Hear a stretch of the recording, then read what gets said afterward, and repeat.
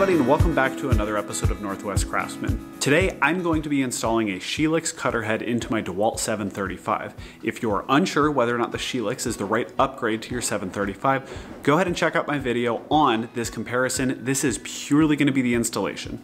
Alright, let's get going. To get everything started, we're going to need a couple of different tools, including snap ring pliers, a 15/16 inch socket or 24mm, the T-handle wrench supplied by Dewalt with the planer. Not necessary but handy is a pick set, a regular Phillips head screwdriver, a 6mm Allen wrench or hex key, a 6mm socket, and last but not least, the Shelix head and all the hardware that comes included. As a note, Beard Tools has an excellent write-up on how to do this with lots of pictures, so if you prefer the written format, they do have a good reference there. I will link that in the description so that you can take a look at it. Alrighty, so after you have all of your tools prepared, the first thing that we're going to do is open it up. Mine came double boxed, one in the shipping box, and the second box on the inside was the actual product box, and then because I ordered some extra blades, those were included on the right as well. After finally figuring out that they had glued down the tab that I needed to open, I popped the box open, and on top there were two things. One was a clear plastic liner, which you'll see later helps to slide the new Shelix head into the planer, and then also is a set of directions which includes tools and points you to the directions by Beard Tools. Once you remove the styrofoam that is on top of the package, you're going to see a couple of things, which include the desiccant packs, which keep everything dry, a couple of extra blades, the T25 wrench used to install the blades, and then last but not least, you have the Shelix Cutter Head itself. Now it's time to move over to the planer, but before getting started, make sure that your planer is unplugged. You do not want this turning on while you're working on it. Use the included T-handle wrench to loosen up all four of the bolts on top and take the top cover off by pulling it straight up. With the top removed, you can access these three bolts that allow you to remove the dust shroud. Lift up, twist, and then pull it out in order to release it. Now is also a really nice time to get everything vacuumed out so it is dust-free and clean. Next, we need to remove the OEM blades, and you're going to do that by using the T-handle wrench to loosen up all of the different screws, and then use the magnet on the back to pick up this face, and then do the same thing with the blades, and it is highly recommended you use the magnets, not your fingers, because it will keep you from getting cut. To access the rest of the blades, you're going to need to depress the cutter head release, which you can see on the left with my left thumb, rotate it around, and then you're just going to wash, rinse, and repeat like with the first one. Next, use the T-handled wrench to remove the depth control, as well to loosen up and remove the three screws that are on the front of this access panel. Again, good opportunity to vacuum and get everything clean. This one's a little harder because there's a little bit of grease keeping it stuck on. Next, use your pick tool to remove the spring from the chain tensioner. Use your Phillips head screw to remove the tensioner, and then use the T25 included with the Shelix head to remove the bolts on top of the chain retention, which should just slide off once you get those removed.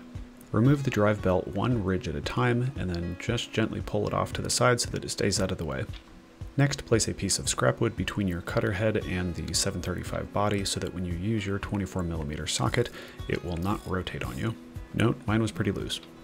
Remove the nut all the way, and then gently rock the pulley back and forth to pull it off. Do take note that there is a key that is in here that you need to keep track of. Use your 90-degree snap ring pliers to remove the snap ring in here, and then flip your planer around. Use the T-handled wrench to remove the other cover. With that removed, use another pick to remove the spring on the tensioner here, and then use your snap ring pliers to remove these. Note the snap ring is the opposite direction. The chain and gears will remove just like on the other side, though do take note there is a spacer behind the right-hand side. With the chain removed, use your 6mm Allen key to remove the socket head cap screws that are here, here, and here. Then you're going to gently pull back on this gearbox and rotate it 90 degrees counterclockwise, setting it off to the side so that it stays out of the way. Do not pull this all the way off, it will be a pain in the butt if you do. Here's a quick view of the back side of that. You can see this lever that comes in here which controls the two different speeds you can run your planer at.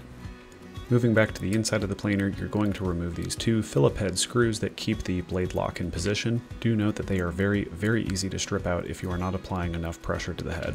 After unscrewing them, you can pull the blade lock straight up and out. Do note that there is a spring on the underside that is sometimes stuck to it, sometimes not, so just be careful as you're removing it.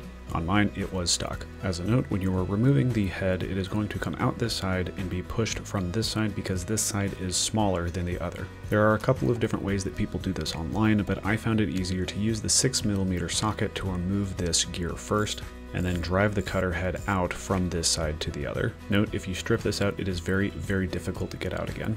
With that removed, I have a piece of maple between my hammer and the cutter head, and I slowly drive it out the other side. Note, it may be easier to take the snap ring out that datums the cutter head against that side. It is not required to have this removed, but with it removed, I found it a little bit easier to drive it out. As a note, there is a spacer on this side that you need to make sure you get removed. It was stuck on this side for me, so I missed it the first time through. Once the bearings are free of the housing, it should be pretty easy to slide it all the way through the other side. You will notice here more prominently that the left side for me is smaller than the right side. Go back to the gearbox side and clean up any grease that got onto the bearing housing. You want to make sure that this is clean so that when the new bearing gets installed, it can't slip and slide on the inside of that housing. I'm just using lacquer thinner on a lint-free t-shirt. Next is the most tedious part of buying the OEM size as opposed to the undersized cutter head. You have to remove every single cutter head that is pre-installed on the Shelix head before you install it into the planer. What you saw right there is about how long it takes me to remove a single cutter head. For your sake, I'm not going to make you watch all of it, so here it is at 200x.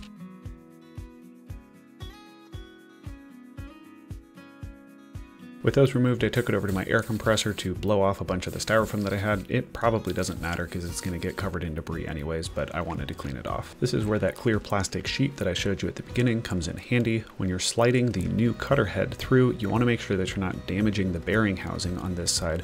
And so because of the jagged edges, this helps to protect it and just generally make it easier to insert. Slide it all the way in until both bearings are basically right at the entrance of their housing. I found that they somewhat stuck in place if I just applied a little pressure by hand, and then I took my piece of maple again and gently tapped it all the way around the bearing housing. You want to be very, very careful as you're doing this to keep it nice and balanced all the way around so that you don't destroy your bearings. If you have a bearing press that you can use, that would be a lot better because it allows you to evenly apply the pressure to your bearings as it's going in. Also note, it is better to use a dead blow hammer as opposed to a regular hammer. I didn't show it here, but you should reinstall that snap ring on the other side because you will be pushing the cutter head up against that snap ring. Not tight, you basically just want it to snug up against that side. Go ahead and reinstall that gear that interfaces with the gearbox, again being careful not to strip it out as you tighten it down. It doesn't need to be wrenched on, just tight. Rotate the gearbox back around gently, moving it back into place, and you kind of shimmy it over the top of that gear until the gear teeth interface nicely with the gearbox. Reinstall the 3 socket head cap screws, the spacer, the chain, both snap rings, and then the tensioner pulley spring. Last but not least, reinstall this cover.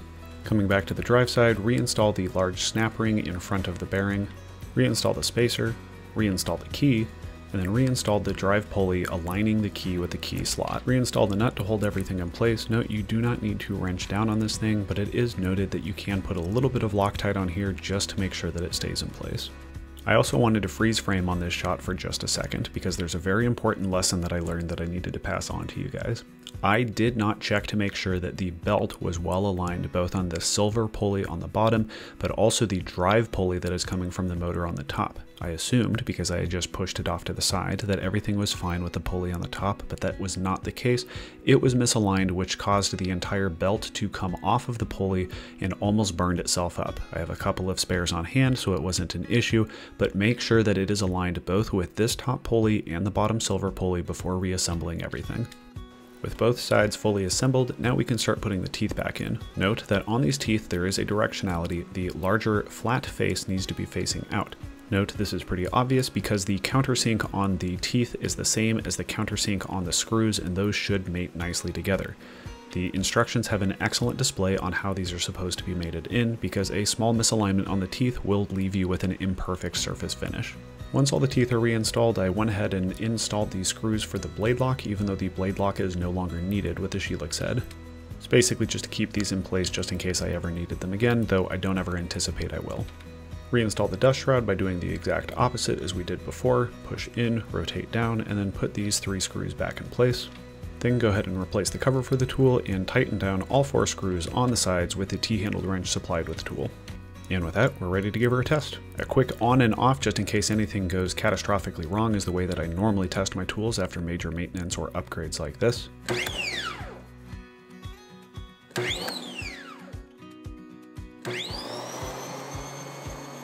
And there we go. At least with no wood, everything seems to be working just fine. Here's a piece of maple going through it at a full 11 3/4 inches, which is almost the entire width of the blade.